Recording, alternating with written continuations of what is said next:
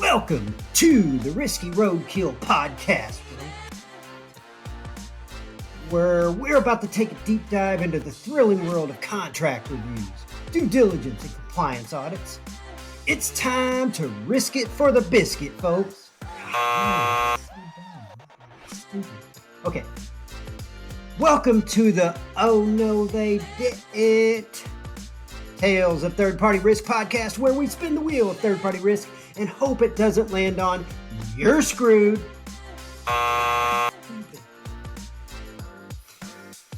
Okay, welcome to the third-party pile of coat hangers podcast, where we spin the wheel of fate, full of unexpected surprises, questionable decisions, and more trust issues than your last Tinder date. Whoa, dude, Kevin, what are you doing, dude? What, man? I'm working on the stupid intro, dude, and I'm getting frustrated because these all suck. Dude, come on, man. Ben's over here waiting for us. You're in here messing around with some AI-generated intros that you're trying out. They're all dumb. Let's just go get started with this thing. AI generated? This is from my brain. Let's go, man. Ben's ready for us. Let's get started and get on the real topic. All right. Fine, whatever. Okay, let's do it.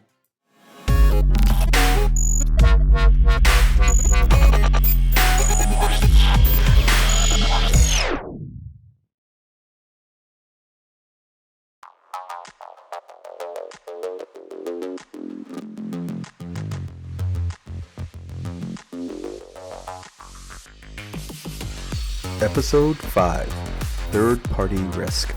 It's not me, it's you.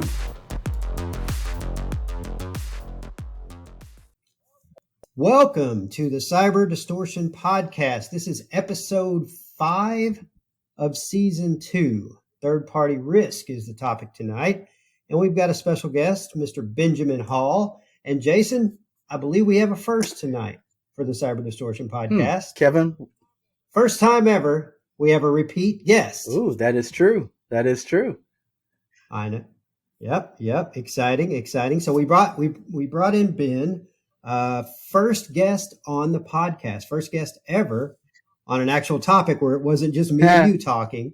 We were actually talking about ransomware. So welcome back. A good topic, Ben. Right? Is that what you mean? A good back. Topic? Yeah. Yeah. Just something other than me and you just rambling. So I'm excited to have you back, Ben. This is going to be fun. I know there's been a change in your world. We'll get to that because now you are with Heartland Business Systems, formerly with Produm. So it'll be good to talk about that. But Jason, the main reason we brought Ben on is because Ben has a history in dealing with third-party risk, dealing with third-party assessments, dealing with third-party pen testing, and basically helping other companies assess where they are in the world of cybersecurity. So, with all that, do you think we've got the right guy on tonight to talk about this topic? Is he even qualified? Kevin, you always ask me these questions that we've already talked about. So let me explain it to you again. I'm going to break it down for you, okay? Okay, break it down, please. Do that. So, Kevin, Ben joins us with an enormous amount of experience in managing third-party risks. This is how I can help you understand it. Okay, you know how everyone has these little letters after their name for these certifications they got? You know what I'm talking about? I think. Okay, all right. Follow this. Sure Ben is experienced in governance, risk, and compliance, GRC, information security, and cybersecurity professionals, demonstrating a history of working in areas like banking and finance and insurance and healthcare, a broad range of areas that he's applied this type of stuff to. But let's not stop there. Let's go a little bit further. So Ben is a certified information systems auditor. He's a certified data privacy solutions engineer and a HITRUST certified common security framework practitioner. Boy, who does not need one of those? Everyone does, right? I know I could use one. But Ben is skilled in disaster recovery and business continuity, incident response, documenting, all of these things, looking at risk management, business development, information security, you name it. This guy has got his hands in it in some form. And if you're going to be talking about third-party risk management, which we all need to be talking about because no one really does it very well, then this is the guy that you want to talk to with it. I've talked shop with Ben for years. I've worked with Ben personally on projects, and I am telling you firsthand, this is the guy that you want to help you get you out of a sticky situation like that. So, Ben, why don't you share with our audience a little bit more about yourself that I didn't already share? Yeah, thanks, Jason. Thanks, Kevin. Honored to be back, and privileged to be the first guest to show up twice on a podcast here. So, thank you for the warm welcome, and looking forward to it. So, Kevin, as you kind of mentioned too, there is a little bit of a change. So, the company I worked for, we were acquired back in December. And so where we were solely focused on information and cybersecurity, now we join an overall technical team to where it's technology solutions across the board. So not only focusing on cybersecurity, but the full stack from start to finish. So it's been great. It's been a journey. And also looking forward to talking with you all about third-party risk today. Nice. Well, like I said, it's great to have you, Ben. I think the best way to breach this topic, is it's not an easy one to talk about because everybody addresses this particular topic pretty differently. I know I've addressed it different than Jason's company has addressed it, and I'm sure you've dealt with dozens of companies that have addressed it in completely different ways. But if you think about third party risk in general, and you take a few steps back, a decade, maybe 2 decades, third-party risk wasn't what it is today. Mm-hmm. I mean, if you look at where we are today, companies are dealing with partners, vendors, companies that are publicly traded have challenges that some companies that aren't publicly traded might have. Private companies don't have to deal with some of the same restrictions, regulations, and laws. And I think how we address due care and due diligence in this area has changed a lot. And I think you need to consider where things are going. And it's very difficult today if you don't have some sort of a framework to start with. And I think that's the biggest challenge with companies, whether you're small, mid-size, large size. Understanding where to even start with third-party risk is a big challenge. And I know it was for us as well. So before we get into dealing with third-party breaches and all that fun stuff, maybe it would be nice to kind of explain to the listeners, where do you even start? Where's the best place to even breach this topic when it comes to a starting point, and how do you sell that up to management so that they understand what you're trying to? You mean like when a person's saying like, in the beginning, the first thing I did was contacted Ben, right? Is that what you're talking about? Yeah, sort of. Yeah. I mean, well, you hear about all the frameworks, you hear about all these things out there that are there to help you. And, I think the water's just really muddy on a topic like this because it's hard enough dealing with your own cybersecurity risk. First off, you've got frameworks to deal with your own company's risk, and you kind of adopt a framework and you start to implement controls and you start to think about, okay, how can we mature those controls over time? But then it's a whole different world when you start thinking about the vendors you're dealing with and the customers you associate with and people that somewhere along your supply chain can impact your business if they become breached. Yeah, and the delineation line, right? Where's the delineation line of who's responsible for it? Ooh.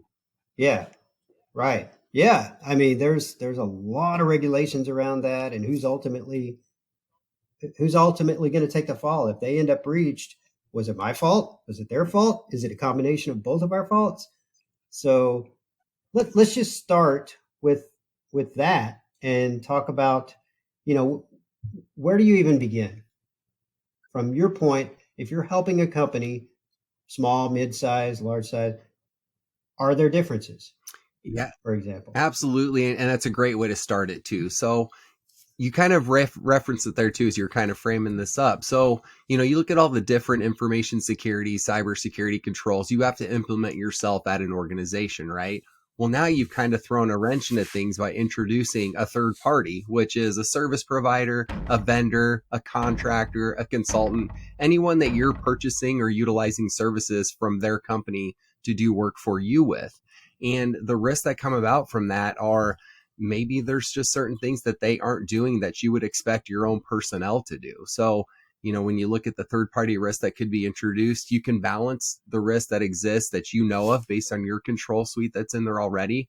But by introducing that service provider, that third party into the mix, what are they doing that you're unaware of? So, you got to kind of start with evaluating what those vendors do for you and what they have access to.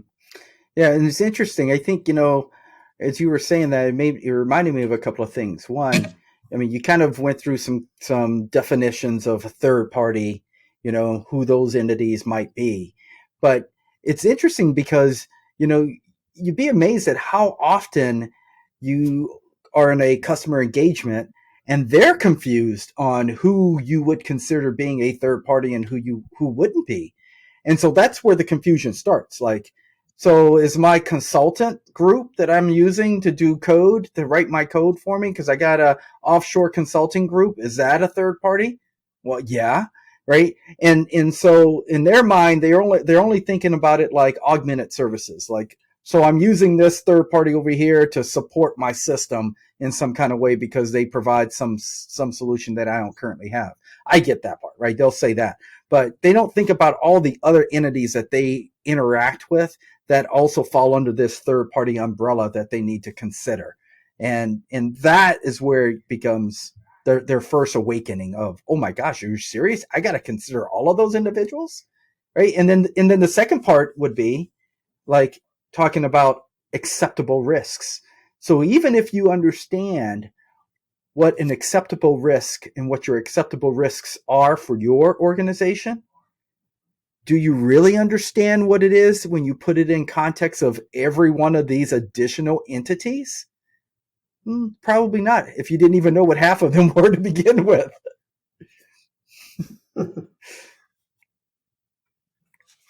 Well, the other thing is, you look at companies that are larger in scale. I think back to the Target hack. When you think about the Target hack, it really wasn't Target that was breached. It was one of Target's vendors that was breached. They had a HVAC vendor, I believe it was, that had access to their systems through, some sort of a backdoor VPN or some backdoor system that allowed the vendor to get in and monitor systems in the Target environment. But that was the solution that was breached ultimately, that gave the hackers the backdoor into the Target environment. So if you think about those kinds of things, was that Target's fault that they were breached because they acquired services through that HVAC vendor who maybe didn't do the appropriate level of diligence? It's really tricky to kind of pinpoint who's at fault when large breaches like that occur, and PII and a lot of their customer data gets breached. Regulations would say, well, Target, that's on you, right? You're the one that hired them. So, that those kind of things are tricky to navigate. Well, and even just referencing the story, right? It's called the Target breach. It's not their HVAC vendor breach, right? Nobody cared that it was an HVAC vendor. It's always it was Target's issue. Similarly, Chicago Public Schools a few years ago, utilization of a third party, started doing some data leakage and started leaking student records all the way back to 2013. So it's just because they didn't look and see what potentially that vendor had access to and what their security controls were. They exposed, financial records, social security numbers, driver's license numbers for a little over 5,000 personnel and students within the Chicago Public School District. Wow. It's unfortunate. Yeah, I think too, like, answer that question, Kevin. If I'm an investor in Target, I'm saying, yeah, Target is your fault.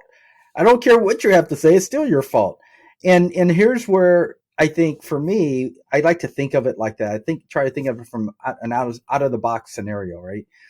Is that there are things. This is the reason why we're having this episode. There are things you can put in place, controls you can put in place to help you manage that risk better, so that you can say, hey, if something was to happen with this third party, at least I would be aware of it ahead of time so I could take the right actions to keep the rest of the organization safe. And if I'm not doing that, if I don't know that this third party has an issue of any kind, then there's something that needs to change within my security program. That's the bottom line. So I'm always looking for those things. How comfortable am I that if something happened with this third party, that I would be okay? If the answer is I'm not very comfortable, then there's something more I could be doing. Yeah, and that brings up a question that, we're going to go a little bit off topic here, because this is just something that I know has come up in my world, is when you're dealing with a company that you don't know if they've been breached because they've not publicly announced it. And they're not obligated to publicly announce it until they're ready to call it, and I'm going to use air quotes here, a breach. Lots of things can happen in the world of cybersecurity that we would consider, oh, we've got a detection, now we've got an incident. At what point do we truly classify it as a breach? And is that the only time when public data goes out to the world where me as a partner with that company can now see that and say, oh, we've got a partner now that's been breached. We need to take our own third party, breach protocol and start enacting that so that we can protect our own investment here. So the tricky part for me is how can you speed up that process to say, okay, they've been breached, but if it's not public, how would we know? That's a huge challenge. That's a good question. Yeah, because there's no service you can subscribe to just say, you know what, tell me about when somebody's been breached, but it's not gone public yet. If that was out there, it would be easy. Yeah, you just hope it's big enough that it does get published, or you hope that there's something in your contract that states they have to inform you. But with certain organizations that don't necessarily have that regulatory standard that's requiring them to report a breach or an incident that results in the breach, they may not ever reach out to you. It comes into the ethics and integrity. Yeah, they should, but will they? You don't know. You don't know until you know, and it happens often. Yeah. Well, and regulations are driving how quickly you need to report a true breach. But there's the problem is there's a gray line here, right? There's a gray area where you can classify it as a breach versus just an incident, which doesn't have to be reported up publicly. That's the tricky part. But anyway, I digress. I just think that, that's a challenge that I think a lot of companies are probably dealing with, not just us. But, I think ultimately you just kind of have to have your finger on the pulse of what's going on with your partners, and how heavily do you depend on each one of them? Because I think there's a level of being able to define a criticality for every vendor, every partner that you deal with. And the ones that you depend on the most, the ones that keep your products, your widgets flowing out the door, those are the ones that you need to keep a closer pulse on or keep a closer eye on. Because if they end up with an incident, even if it's not classified as a breach yet, that could impact your supply chain drastically and could impact your bottom dollar. So just something to think about. I think as you start to build a third-party breach response program, these are things you need to think about. Every vendor, every customer, every trading partner, every company that could eventually impact your ability to ship products needs to be categorized in a bucket of how critical are they to your ability to do business. So Kevin, you just said something really interesting. I want to get Ben's take on this. That as you're sparking these ideas for me tonight, Kevin. This is pretty good. So you used a term, third-party breach response plan. So I added plan to it. I took it one step further. So that's mine. But so I did. Yeah. So, but if you approach it right from that thinking, right, you have your incident response plan. Should you have a supplement, or could you, or does it make sense to have a supplement of your incident response plan that is specifically designed for third-party incidences that you're getting notices on, or maybe you don't get notices on? You know, it leads to maybe you run tabletop exercises that are centered around third-party incidences that, you know, to your point, how did you find out about it? Oh, we found out about it in a haphazard kind of way. We saw some anomalies happen on this connection and we looked into it deeper and we discovered that they were having an incident, right? However it is, should you be doing things like this? Because I haven't seen anywhere yet a true definition of third-party incident planning, right? Or anything defined that way. It's just all conglomerated into incident response planning and, you know, things like that. Well, I want to hear Ben's thought on that, and then I'm going to tell you my opinion on that, because I actually do have a plan for that. So, Ben, I want to hear your thoughts on it. Yeah. So as Jason, as you were kind of stating there as well, is it normally does just kind of fit into that overall incident response process with most organizations. Should it be its own response type activity? Absolutely. Because more times than not, the majority of the incidents that are going to happen in today's modern organizations, because of the utilization of service providers across the board, it's very rare that an organization's not using one. So it's more, right. It would be more of an opportunity for something to happen at a third party that's going to impact you.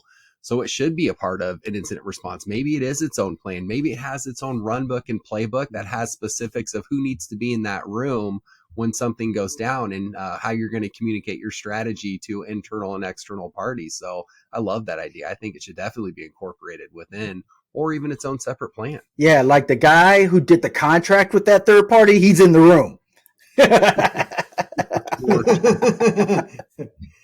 Dude, this is on you, man. Well, I could tell you guys, you know, having dealt with this before, not once, but multiple times, we've kind of been forced into a situation where we've had to put together a plan for this. And we do certain things when this takes place. Just some examples. If we've gotten word that a third-party vendor has been breached, first things we do, we reach out, make contact if we can, confirm that. If it's not directly from them, obviously. If it is directly from them, one of the things we'll do is immediately cut off inbound email to our company from that vendor. And the reason for that is obviously if they've had some sort of a spread that's gotten into their email systems and it could migrate its way into our environment, we want to stop it. So we'll stop inbound email flow immediately. And we'll start sending those emails through a sandbox. We'll scan inbound emails and make sure they're clean before we deliver them to the intended recipient. The other things we do, we will block the domain outbound, so our internal users can't traverse to their websites. It's very good likelihood that one of their web servers has been infected, so we will block that activity. The other things that we'll do if we're doing any kind of B2B transactions, we will block EDI type transactions, business to business transactions. So their systems can't send internal inbound directly to our systems. While that's a little bit lower risk because of the types of files that you're sending back and forth, there's still a risk. So those are three key areas that you can, I mean, that's kind of like considered low-hanging fruit type things that you can do immediately if you've heard about a third-party breach, or that you know, oh, how do we protect ourselves if this is true? Maybe they're dealing with a widespread ransomware attack. Well, the last thing you want them is sending emails inbound to your environment. right? And then you're dependent on your technical controls to try to protect yourself and user awareness. So I think there's things that you can do and implement that are kind of no brainers. And we're trying to do that today. Yeah, one organization I was working with a while back where they had that thing where they had an API connected into a third-party vendor. That third-party vendor was breached. They did have a ransomware activity. So they went through a similar exercise that you talked to where they severed some of those ties. They also monitored that type of connection as well within the SIM. So it would be alert on if anyone tried to push or pull information to that API. It was about a 2-week all clear. Everything was good. Got the statement back from that third party like, hey, we've remediated. We've gone through a forensic investigator. We've cleaned our system. We're good to go. The CTO at that time was like, I have a gut feeling I don't want to go with it. Sure enough, 3 weeks after that note, they were still compromised. They never fully lost that full ransomware spread, and things started to get encrypted again because, for one, they didn't look at their backup to make sure their backup was clean. So as they brought up that backup, the dormant ransomware started running through and propagating through the network again, and it helped them sever their tie with that particular I bet. and move their resources elsewhere. But I mean, it happens, right? So you got to keep your due diligence up. See, Kevin and I have had this conversation too, and we were doing the same thing. We will, as soon as we know that a third party is having an incident, we're cutting all communications off, and you have to prove to us that you are clean, it's been remediated. And when I say prove, I don't mean we're having a phone conversation. You got to give me something official that is in writing that says, yep, these are all the things we've done. Here's the evidence that shows we've done our forensics. We had a third party even review our environment to determine that it is clean and we're okay to come back online. And then I'll consider bringing you back online. But I had an even better idea at one point. I was doing all the things Kevin said, and I was like, I have to be even better than Kevin. And I suggested we even cut off the phone line calls to him. And then someone told me that was garbage. And I'm like, okay, yeah. So we brought it back. But I am relentless. I'm relentless about ensuring that something that something someone else is enduring is not going to make it into my environment. And they have to prove to me that they are clean, because if they're doing everything that they should be doing, then that should be easy for them. They should be able to say, here's a documentation that shows that we're clean, we're good to go, and we're moving on. Yeah, you say that, Jason, but I can tell you from experience, it's not as easy as it sounds. And a lot of it has to do with liability on their end. They're scared. They're scared to make the statement of, you've got the all clear, you've got the green light, we're good to go. Because God forbid if something does happen to you after they've given you the green light, and let's say they're depending on their cyber insurance to recover from this particular event, now they've got egg on their face, right? They've opened you up too soon. They've infected now a third party with some ransomware or some backdoor breach into their environment, and now you got. Still, again, it's a flaw, right? Here's my take on everything. It's the same reason why we're having this conversation. Is that we are all dependent on others in every facet of what we do. We're all dependent on others to a degree. As an individual company, I'm dependent on my third parties to ensure that they are doing the things that they need to do to keep my company safe, just as much as I'm dependent on my employees to keep the company safe. So that's a given, right? As a third party, they have that same thing. And their obligation also goes to their customers. They have an obligation to their customers to keep their customers safe. So as a third party, they should be doing all the right things to the point where they can give their customers confidence that they're clean. If they don't want to give their customers confidence because they're worried about some legalities or something, then hey, guess what? That's probably not somebody I want to do business with, because they're not doing everything that they should be doing, because they don't have the confidence behind themselves that they would be clean in an event. Yeah, good opportunity to start looking for other providers. Absolutely. Yep. Change them out like cereal. For sure. Oh man, yeah. I guess so. All right. Well, hey, I say we take a quick break. We'll do a quick recap, and let's come back and jump into a 10 best practice questions, Ben, that you're going to help us walk through to help our listeners to set up a third-party vendor company program. How companies handle third-party risk can be dictated by many factors. For example, what is the size of your company? What is your acceptable risk, also known as your risk appetite? What types of third parties do you deal with? Customers, contractors, business-to-business trading partners, vendors, etc. Other factors include, are you a public or private company? What systems and data do the third parties have access to? What services do they provide? What is the business impact to your company if you lose communication to this third party for a day? What about 3 days, a week, or even a month? What steps should you take if a third-party customer is breached? Well, here are some things to consider. Confirm, first of all, with the third party, were you really breached? If confirmed, you'll want to block websites externally to those partners until they get the breach cleaned up. You'll want to block inbound emails into your organization from that third party. You probably want to consider sending any inbound emails to an external sandbox so they can be scanned before delivery to your internal recipients. What about blocking business-to-business transactions? Think of EDI. You might want to close API connections to any of their web services.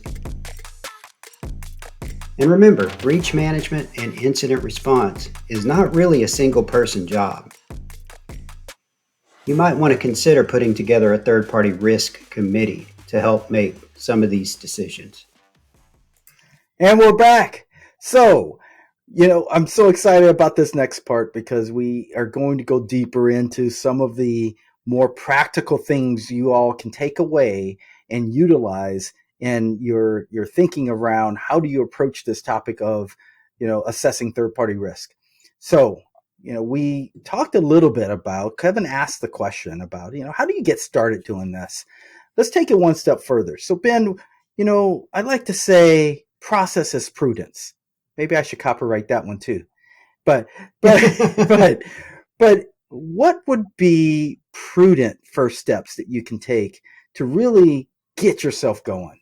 Yeah, great question, Jason. So oftentimes when you're looking at your vendors, right, everyone turns to IT and says, hey, give me a list of all the vendors you utilize. You're like, I don't know. I use this vendor for this. I use this vendor for that.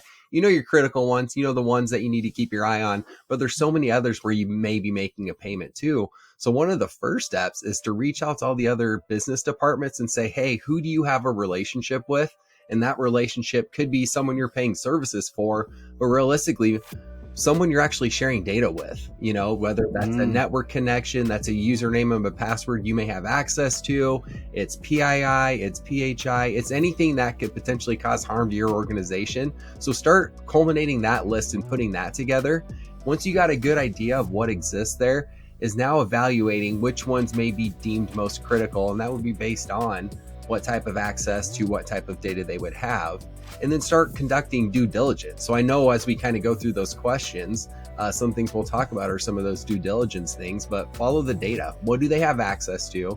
How do they access it? And what would happen if they lost that data that they had access to? Yeah, along those lines. That's a good philosophy. So along those lines, how would you weight the importance? Would you rate the importance of could I potentially be breached if Joe's company is breached? Or would you weigh the importance of Joe's company has some of my data, and if they're breached, then there could be a lot of my data getting out that I could be more responsible for? How would you weigh the two? Yeah, for sure. So as we kind of talked about, everyone calls it the target hack, not the HVAC hack. if something were to happen to that company, who are they going to point the finger at? Is it going to be you, or is it going to be that company? More times than not, it's going to be affiliated with you. So those are ones you need to pay special attention to. And often when you're weighing criticality, is I always look at, again, what type of data do they have access to? How easily could you replace that vendor if something were to happen to them? And then how reliant on their services are they? Any answers to those really bump up that criticality level, which really makes you focus on, you really need to be in tune with what controls they have in place and what they're doing to protect any and all data that they have access to. Yeah, very good. Very good points. You said something there, Ben. You know, a lot of companies don't know where to start, but because you're really saying, okay, well, what you go to department and say, you know, what vendors do you deal with? Well, what vendors do you deal with? Which vendors do you share data with? And what data is that? Maybe the right approach would also be, if you're just looking for a way to start small, maybe just start in IT, or maybe just start in your department. I'm saying IT because I'm in IT, but obviously I'm a little biased there. I'm going to start in my own department. I'm going to try to clean up my own backyard. And then whatever I do to implement a process that helps me to identify and categorize these vendors, then I'm going to start to roll it out to the other departments throughout the company and start to mature that program. Yeah, that's a good idea. So let's jump into it. So I've got a set of questions. I think we're going to go through and throw out a set of questions that can help people when they're thinking about what are the questions that they need to be asking themselves as they think about putting together a good program like this around third-party risk management. And so the first one I have is, do you have a documented process for handling requests to assess vendor risk? So, I mean, it's plain and simple. Do you have a process to assess your vendor risk? If the answer is no, then you got a lot of work ahead of you. You got some Googling to do. Yeah. Yeah, and process is the subjective term here, right? Yes. You know, what is the process? Well, it could be as simple as a 50-question security questionnaire that you send to all your vendors, right? That's at least a start. And anybody can do that, regardless of how much money you have to spend or invest in this initiative. Anybody can put together a questionnaire that asks the basic questions about that particular company's diligence in the area of cybersecurity. What are you doing to help me protect my investment in doing business with you? Right? So I have, really before you answer, asking. Ben, I want to throw one thought-provoking thought out there, not to be answered right now, but to be answered at the end of this cycle.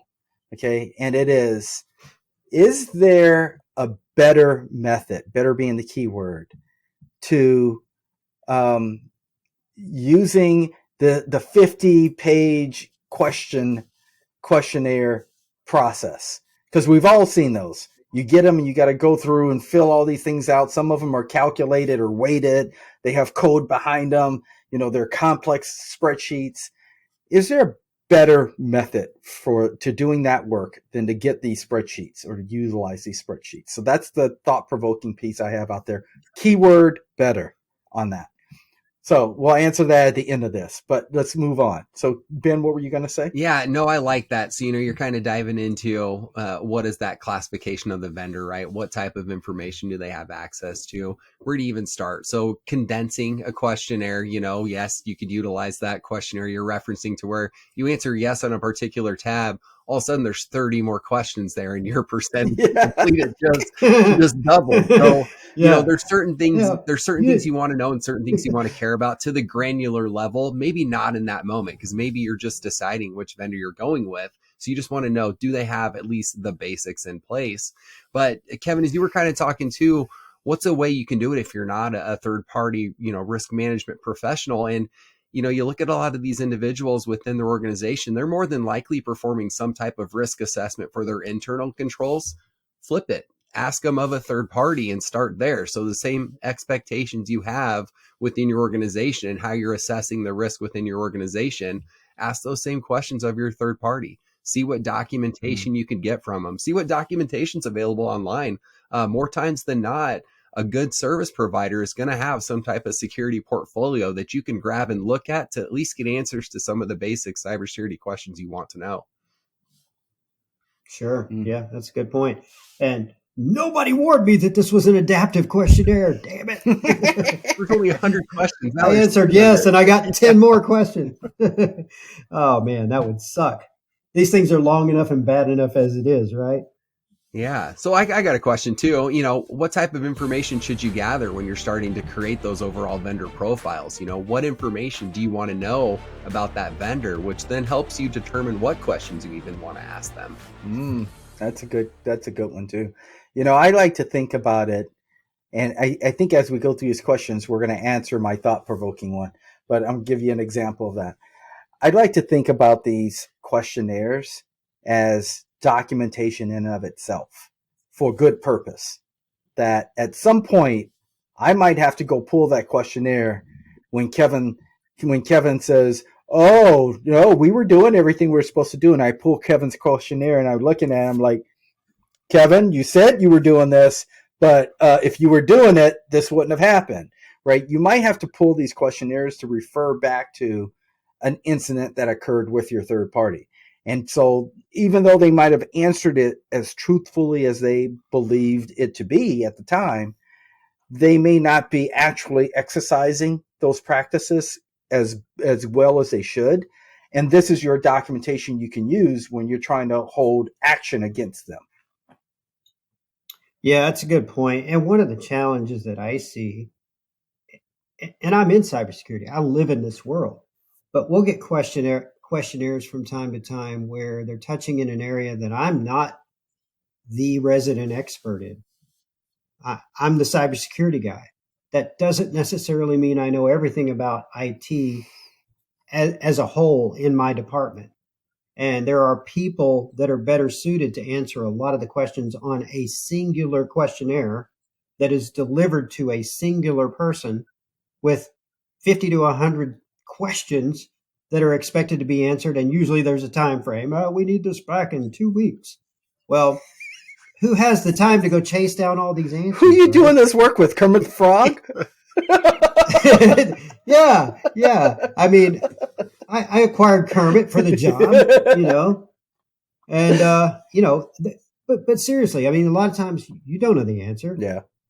What's the best thing to do? A lot of people will just say, yeah, I think it's this. I think it's, the answer is this, but they're not going to go check. Yeah. So to your point, Jason, yeah, a lot of times if you ever did have to lean back on that questionnaire in a legal magnitude, that could get tricky. Yeah. That could get tricky. Yeah. And oftentimes too, I want to know who completed the questionnaire, email, phone number. More times than not, it is the sales consultant that sometimes answers those questions based on things they've seen maybe answered. And also to that point too, where you kind of had to reach out for some additional SMEs for some of those things you're not comfortable answering or don't know the exact answer to. I've had to do that. And I actually utilized one of our third-party questionnaires of us to then assess the risk within the development stack of how they were doing things. Like, oh, we're doing it this way. I'm like, I don't think you are. Can you show me? And he's like, oh, actually, we have it in our dev environment. I'm like, that's not the same. So let's introduce it into production, when we have the chance to. So it allowed me the opportunity to then assess the internal risk we were presented there too. Yeah, good points. Good points. One of the and so here's where I've learned some of this from, not all of it, but some of it, is one of the most complex questionnaires that I've filled out was with Amazon. And it was for doing API calls to Amazon to do some back-end work into their systems. And just to get approved to this work, there's this huge questionnaire you have to fill out, but the length isn't the problem. It's the granularity of the questions that they're asking. And you really have to be on point with your answers and be able to explain why those answers are the correct answers and how you're implementing what you're implementing. So a lot of times I'm backing up the answer I'm giving with where they can find it in my SOC 2 Type 2 report, right? That Yeah. this is what I'm answering for you. This is where we publicly have the information available, right? And I'm sharing that information. Otherwise, it's just words on a page. And they're seeing this and they're like, okay, can I really trust that this was right or not? Maybe they're just, making this up, right? So if I can back it up with some things, then I have more credibility in it. And here's the thing I know. I've put a lot of work. I always put a lot of work into making sure my SOC 2 Type 2s are accurate. And I do it for a reason, not because I just want to hand this paper off to people and say, get out of my room and quit talking to me. Here, I already did the work. It's because I want them to have confidence that what I'm saying we're doing has been validated to be true. And that's where it's getting validated at. So I kind of marry those things up when I look at it. So, and likewise, when I look at third parties, I would like to see that same level of information. So I don't want you to just fill out stuff on a page. I want you to fill out stuff on a page and validate it for me. That way I have confidence that what you're saying is actually true. Yeah. With that too, you brought up another good question to ask as you're kind of building out your program. Does your service provider have a SOC 2? What criteria does it cover? And how clean was the opinion? Yeah, true. Oh, very good. Yep. Yeah. All more support and value in doing those assessments and doing those SOC 2 reports and providing those for anybody that you're potentially going to do business with. How about this one? What about factors that determine how you assess your vendors? So, for example, how many data points does that particular vendor have into your organization? How many years have you been doing business with them? Where they are geographically? That could come into play. And what about this one? This one gets a little political, but what about the contract value of the service that they're providing? So those kind of things are things that you probably need to consider as you're going through these questions. And some of that goes back to what Ben said earlier, like how important is this vendor to your organization? How easy can you replace them? If it takes you a month to replace them or 2 months to replace them, they're probably pretty critical, because if you're dependent on this person who has had a breach and it will take you 2 months to replace them, that's a bad spot to be in. I'm not going to be tied down to something like that for 2 months, right? I want to get out there as quickly. I want to get away from it as quickly as possible if that's the case. But so you'd want to look at those types of vendors and maybe even consider what your contingency plans are, because it could get to a point where you've done your risk assessment of them. You understand what the risk is and the mitigating factor is. Have a contingency plan. Have someone else you can plug in and turn that vendor totally off so that you can continue with your business. Yeah, absolutely. Interestingly enough, one organization I worked for did credit card and debit card payment processing. Our contingency plan was for the core processor, was to look at the secondary processor. They actually acquired them as we were reviewing them. So like, well, I guess at this point it doesn't matter because now you're more redundant, but yeah. That's a funny one. Hey man, they call that job exactly. security. For sure. All right. So what about this? What types of standards or requirements do your assessments address? Asking that question. So when you look at the landscape and you're going to, and it's kind of in two parts, right? So what types of standards or frameworks do you as an organization want to adhere to? And then when you talk to your third parties, are they adhering to those same standards and frameworks? If not, then maybe you have some decisions to make on that. I mean, not everybody should, I'm not saying that everybody has to follow the same frameworks, but from a standard standpoint, you have to somewhat be aligned, right? And even on your framework side, you have to somewhat be aligned, or you're going to have someone doing HITRUST, and that's the one thing that they stick to, and you're doing NIST, and you're like, okay, that's great, but there's not a whole lot of overlap, so what are we doing here, right? So you really want to make sure you can be as aligned as possible with all of your third parties. Yeah, there's certain control families you don't want them to skip out on, right? Access control. That should be a part of all of them regardless. Another one, a question that just popped up here was, do you have a process for validating those controls that are reported by the vendor? So Jason, you kind of alluded it too in your earlier comment to where I'm pointing you within the SOC 2 Type 2 report where this specific statement is. I'm not just answering the question. So it's validating that those controls are in place, not just through a yes, no response within the questionnaire. Give me the why and the how. Give me that additional explanation and tell me what's in place there. Yeah, definitely. Yeah, that's a good one. What about the components that are present in your third-party risk management system? So criteria for acceptable risk. Sometimes we accept risk in the world of cybersecurity. What's the criteria behind that? We talked about vendors that may take you 2 months to replace, right? Well, what about the ones that aren't replaceable, or there's really, maybe they're not the only show in town, but they're one of the few shows in town. Yeah. And you've been doing business with them for a very long time. So it's much harder to leave that vendor just because maybe they don't meet your criteria for cybersecurity risk. So at some point, you might have to make the hard decision of, okay, well, we've got this relationship. We've been doing business with this company for years and years. We trust them. We're not seeing the exact level of diligence in their cybersecurity program that we adhere to, but it's probably more work on us to go move and try to find another vendor. So those kind of things are considerations that you at least have to weigh into the third-party risk program. I don't know about you guys. If that happens to me, man, my hair in the back of my neck is standing up, and I'm like, okay, well, then that means this company over here, we have to put some mitigating controls in place because I need to have eyes on them more than everybody else. Yeah. Something is likely going to happen with them, and that's going to be an entry point in. That's a risk level 9 out of 10. Well, if they're a 9 out of 10, you're probably still looking.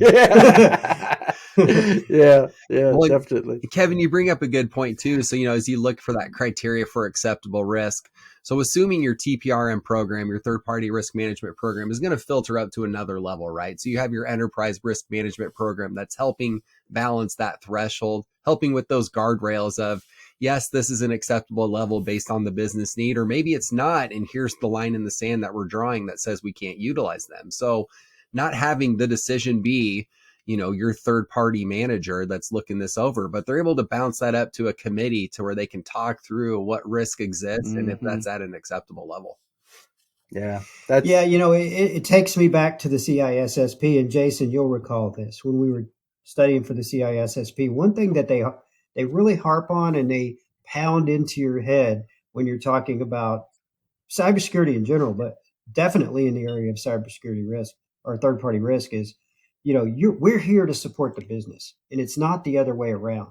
So a lot of times things that we would do as cybersecurity experts that we would say, we need to do this, or we need to put in this control, or we need to invest money here, or we need a technical control, or things we want to do, the engineering side of us wants to do, we want to implement, we want to solve problems. The business isn't always willing to open the checkbook for those things just because we say we need to do it. Yeah. So a lot of times you do have to deal with acceptable risk and know, hey, it's just the risk appetite for this particular company, and I've got to deal with it.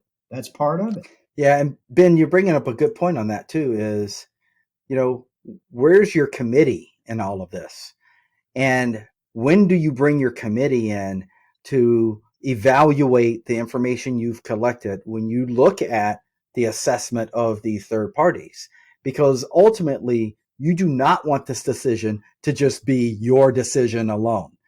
You want to have this to go through your committee, through your board. You want people to understand what all of the factors are so that good, sound judgments are being made on the behalf of the company. Exactly. It's not just a dollar decision. It's what could potentially happen by utilizing these services, good or bad. Yes. Yeah. Well, I'll add a few more.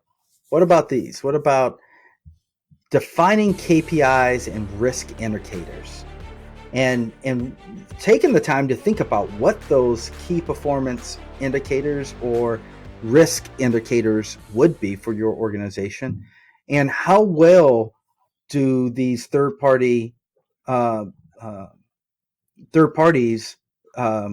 measure up on that scale to these risk indicators. Kind of like a scorecard model, right? I'm going to scorecard my third parties based on the risk assessment that I've done, and maybe third party 1 hit 5 risk indicators, and third party 2 hit 7. Right now, I know where they land in relative to each other, and I know where my focus should be at over one or another. And what about like centralizing the tracking of residual risk over time? One of the things that I've always thought about, one of the hardest things to do, is that just because I assess someone today and they got an A, 6 months from now or a year from now, they may not be an A anymore.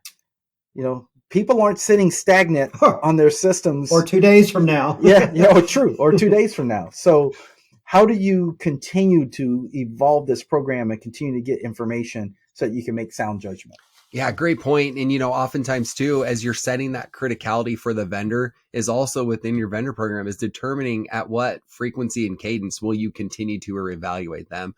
As you were saying, within 2 days, maybe that is the case. Maybe there was something pertinent that got released that said, okay, full gamut, send them through the ringer again. Let's get some information. But, criticality and cadence, depending on how frequently you need to review them. But, a few other things too is internally, we kind of talked about submitting these things to a committee, but who's kind of going to run point within that program? So what type of training will be for that particular individual to then help inform that committee? Are they looking for different vendor threat definitions? Are they creating some response protocols? As we alluded to when we first started this as well, should there be a third-party risk management incident response policy that's its sole proprietary policy? So looking at things like that too, and just the additional training that would come about because of it. Yeah, that's a great point. And this is not, like many things in cybersecurity, this is not a set it and forget it solution.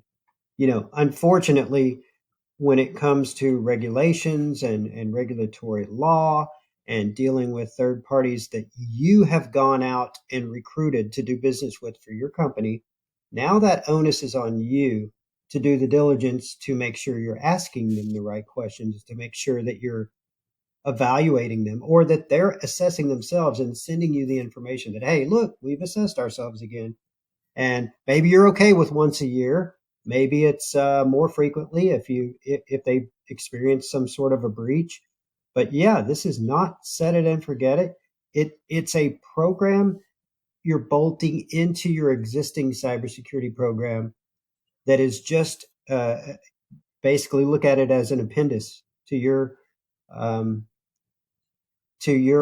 cyber program, and it's something that you're going to have to manage going forward. Yeah, the point, it's the world we live in. The good point there is, actually, I find this very interesting too, because now to that point of this isn't set and forget it, you're starting to see more organizations have, positions created like chief risk officer, right? Instead of a chief information security officer, they'll have a chief risk officer, or they'll have both.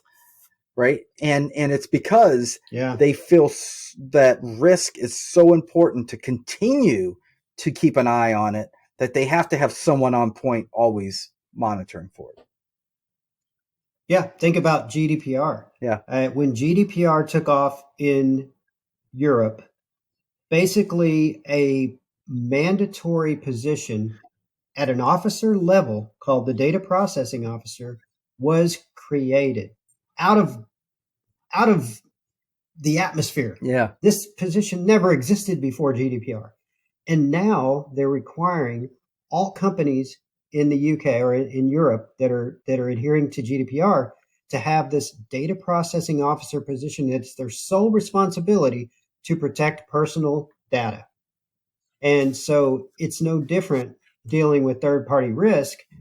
At some point, I can see regulatory laws being the driver behind why certain positions are no longer, it'd be good if you had this. It's going to become, you need this. Yeah. You have to have Yeah, this. an interesting conversation to because have with a third party as you're kind of assessing them, as well as who is the DPO, and watch them all kind of squirm in their chair, because it's a role nobody wants. Yeah. Your name yeah, is on the yeah, line if something goes wrong. Nobody wants it. Yeah. I wouldn't want it. I wouldn't want it. I mean, it's hard enough being your known cybersecurity person within an organization. I sure don't want to have to know every single ounce of data that exists in our environment and know exactly who owns it, how it's classified, where does it live, who touches it, where does it get transferred. All of those things are putting that data at risk, and that falls back on that one person. Yep. Yep. That'd be a tough place to be. Well, Kevin, I think this is probably a good place to take another break before we get into our final segment. What do you think? Yeah, sounds good. We'll take a quick break and we will come right back. Remember, if impact meets certain levels of severity, you need to consider a third-party incident response plan. Also, remember the philosophy of follow the data, which simply means know the data you share with third parties, and what do those third parties do with that data? How is it being used? How is it being protected? With GDPR and other new laws and regulations coming into play, you may have to adhere to and consider whether the data is sensitive. If it's exfiltrated in a breach, what does that mean for you? Is it considered PII, personally identifiable information? Remember, these things can come with hefty fines if that data gets lost, stolen, or exfiltrated. In a recent interview, Mark Cuban, owner of the Dallas Mavericks, was quoted as saying, "Data is the new gold. It's the new oil." In our opinion, you need to be treating your data as if it's a precious commodity. Treat your data and protect your data, just like it's gold. So we've covered a lot tonight. And so far, we've talked about third-party risk, the impact it can have on your company, and what you need to be doing about it. I like to say, if there's one very important thing we covered in episode 2 this season, when we covered the biggest breaches of 2022 and the lessons learned, Kevin and I got pretty deep around the individual organizations, the breaches that occurred and why they occurred. And then, what could have been done? Some really simple things that could have been done to just prevent those breaches from happening. Always, everyone's vulnerable to a breach. Everyone is. And there are things that you're going to be doing that you're still going to get breached as a result. It's a combination of not only paying attention to what your vulnerabilities are and your risks, but also being able to have the right controls in place so that if something does happen, you can recover from it and it becomes a non-issue. But one of the things we talked about in that, and we got really, really deep in here, was we talked about frameworks and how frameworks can be used to kind of give you a path or a guide into working towards something that is comprehensive. If you don't have a framework and you're just going at it willy and nilly, then you may or may not have a comprehensive enough program to cover everything you should. And so a framework gives you that guide, that path to help you have a more comprehensive program if you're just following a framework. And to be truthful for you, I don't really care what framework it is if you start with a framework. You can always mature your process into other frameworks or add frameworks into your process, but you have to start somewhere, and a framework is a really good guide. So we talked a lot about that. We talked about how you can use that to analyze and look at some of the security gaps you have, determine, measure, mark, record your risk, even break it down by assets and look at it over something like the CIS top 18 and look at it at an asset level and say, at each asset, how well or mature am I in meeting this particular control in a framework? And if this I don't feel very comfortable with, then maybe my maturity is not very high. But maybe this one over here, I'm very solid in, and my maturity is very high. So it gives you multiple dimensions, a way to look at it from multiple dimensions and look at your risk across not just your entire program, but even down to the asset level. So those are some of the things we talked about in that. And if you haven't seen that episode, I would suggest go back and look at that. There's some really good nuggets in there that you can use to look at how you address risk in your organization. Lastly, we talked a lot about, we talked a little bit about it now. We did talk about it in the other episode as well, KPIs and how KPIs can really be useful in not just measuring your risk, but keeping you accountable to that on an ongoing basis. A key performance indicator is saying, where do I want to be at? And how well am I in my day-to-day activities of meeting that level of performance? And likewise, you can do that with key risk indicators. What are my risks and where do I feel comfortable being at, so that I'm continuing to keep my risk level marker, my score at a certain level. And those are guides to help you kind of manage your organization for risk on a daily basis. I would definitely look into that, because key performance indicators are a way to rally everybody under a common understanding of where you're going and what are the markers you need to hit in order to meet your goals.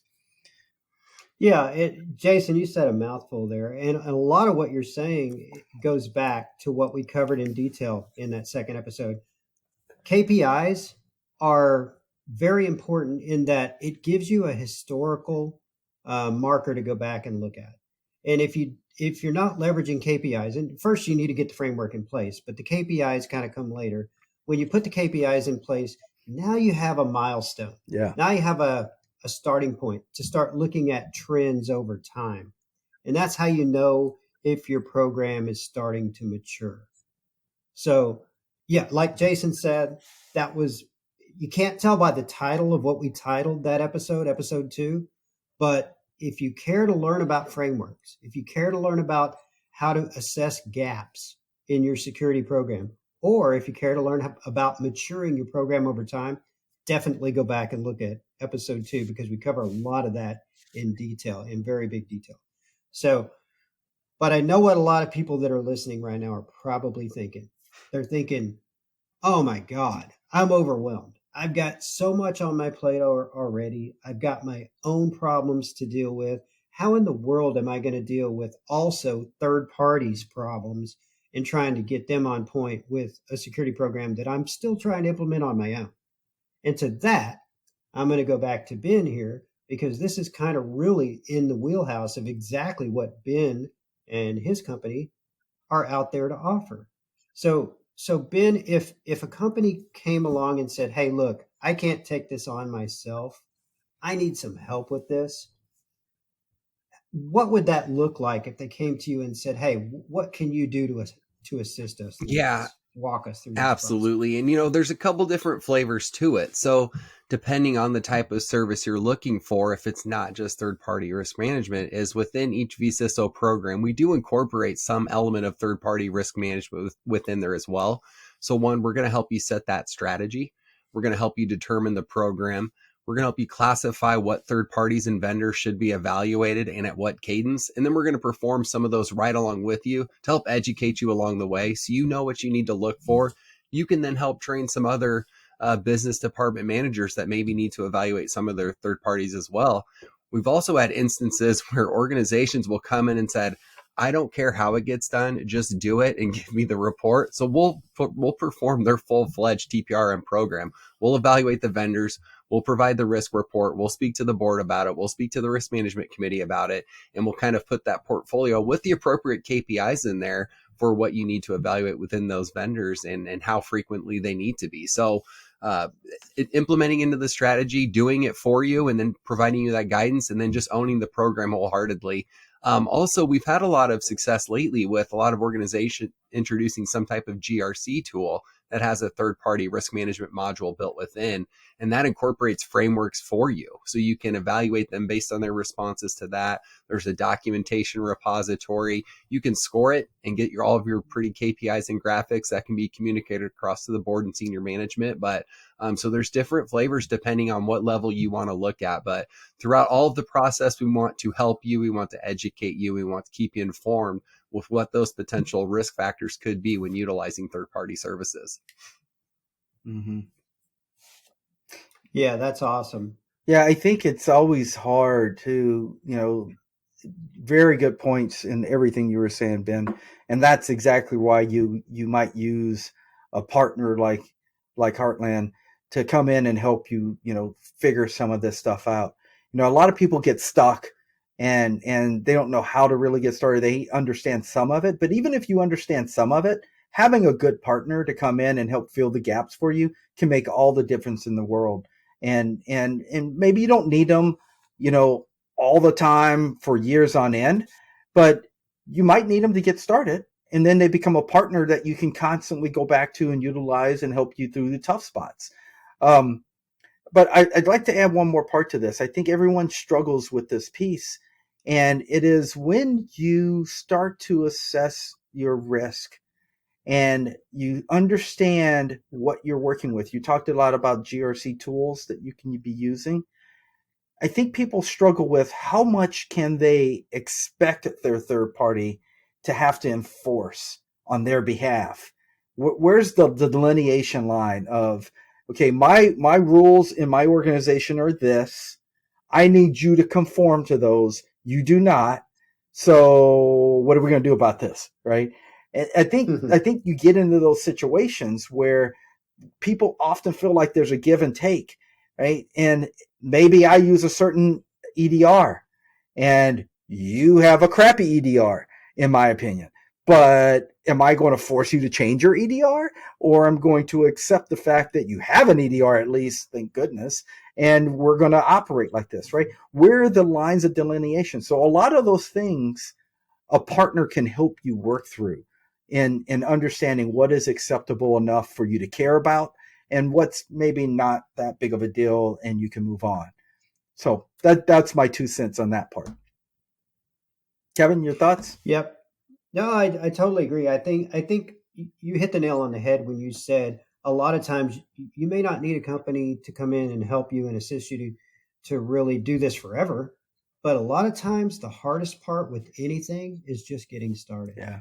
So if you need a program to get off the ground level, a lot of times that's where you might recruit some help and say, you know what, I don't know what I'm doing, and there's nothing wrong with that. I just need some help trying to get this program off the ground, and I'm an intelligent person. I can take it over once I have the framework in place and the roots are kind of grounded. I kind of know how to take it over from there, but I really don't know the first place about getting started. That's where it's okay to reach out and say, you know what, I need a little bit of help. And Ben, your company is great at that kind of thing. So yeah, that's where they might want to reach out to you and say, hey, come on in, buddy. We could use your help. Absolutely. Anything can be done to make you more secure, right? So love to help play that part with each organization to help them further secure their environment. Absolutely. So listeners, you're looking for help, call Heartland Business Systems in Iowa, specifically ask for Ben, and you'll be good to go. Perfect. Absolutely, man. Absolutely. All right. Well, with that, I think let's close this thing out, guys. We've gone long here, but we've covered a lot of ground, so that's good. I think we're going to leave listeners with a lot of good takeaways on this if they're dealing with third-party risk challenges. There's certainly a lot of things that you can take out of this episode. So I want to leave with a few parting shots, and I'll start this. Basically, my advice to anybody listening tonight is just going to be this. You may not feel prepared for this. You may not feel like you've got the expertise to take this on, but always remember this, not only in third-party risk, but in anything with cybersecurity. Take baby steps, because small steps get you to the finish line eventually. So think about it that way. If you're making progress towards the finish line, you're making progress. And anything beats just saying, well, I don't know what I'm doing, so I'm just going to kind of wait, or I'm just going to give this another couple years. You need to get the process started because, again, we touched on it earlier. That's the hardest part. And once you get this thing going, just remember the other thing that we said in episode 2, I believe we said this a couple times, you're never really finished. You're putting a program in place, and just like anything else, it's another one of your babies. You're raising this program, you're growing this program over time. So treat it like that. This is not, and we always say it, not one and done. Build the program, get the roots in the ground, water it, grow it, mature it, and then over time you'll start to see that 5-10 years from now, you're going to be looking back going, oh my God, look how far I've come. And it's an incredible thing when you can do that. So with that, Ben, I'll hand it over to you. Yeah. Are there any additional parting shots? Absolutely. I love it. And that first step should be to implement a framework. That will help you start running a lot quicker as you look at the regulatory controls and requirements that are listed within a framework, and then helping outline what controls you would expect your third party to meet to secure your information. So selecting the right framework, Jason referenced a few. NIST CSF is another good one. NIST 800-171 is another good one with just some control-based reviews you can do. So look towards that framework of implementation and sticking to it and working through it with your vendors. Yeah. And, I'll add one lastly. Know when you need help. Don't be afraid to admit it. I like to go into all of these situations, technology in general, as there are some things I know, there are some things I don't know. I care to know them, but I care more to know them the right way. And to know them the right way, I often have to reach out to other resources, other sources of information that can help me. Sometimes that means I have to outsource it.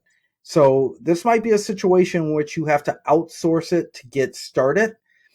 Find a good outsourcing group that can help you get started, you feel comfortable working with, that meets your needs, both in pricing and availability, who understands what you're trying to do and how to solve that problem. And if you feel comfortable with them, then definitely you should go with them, because they can get you those other pieces of information that you just don't know right now that you need to build your knowledge on and get you started. And then once you have that, you can run with it. So don't be afraid to do that. I think that's a great option. With that, I think we've covered a lot, guys. We put a lot in this episode. Good takeaways all across the board. I think we're going to have to close this one out. We've already gone over an hour. But yeah, Ben, I'd like to thank you for being on our episode again. It's always a pleasure having you on. We have great conversations. This is the shop talk that I like doing anyway. But yeah, thank you very much for participating again with us on this episode. Yeah, thank you, gentlemen. Thank you for letting me be a guest, and continue on with the good fight. You both do great work. Love it. Thank you. Thank you, Ben. And don't think this will be the last time. We're going to bring you on in season 3 too. You just right? Is that? Yeah, that's it. Yeah, that's you get the gold jacket. Okay, and hey, listeners, we want to throw a plug out there. In 2 weeks, be looking out there on all the social media channels for our very special announcement for the swag shop.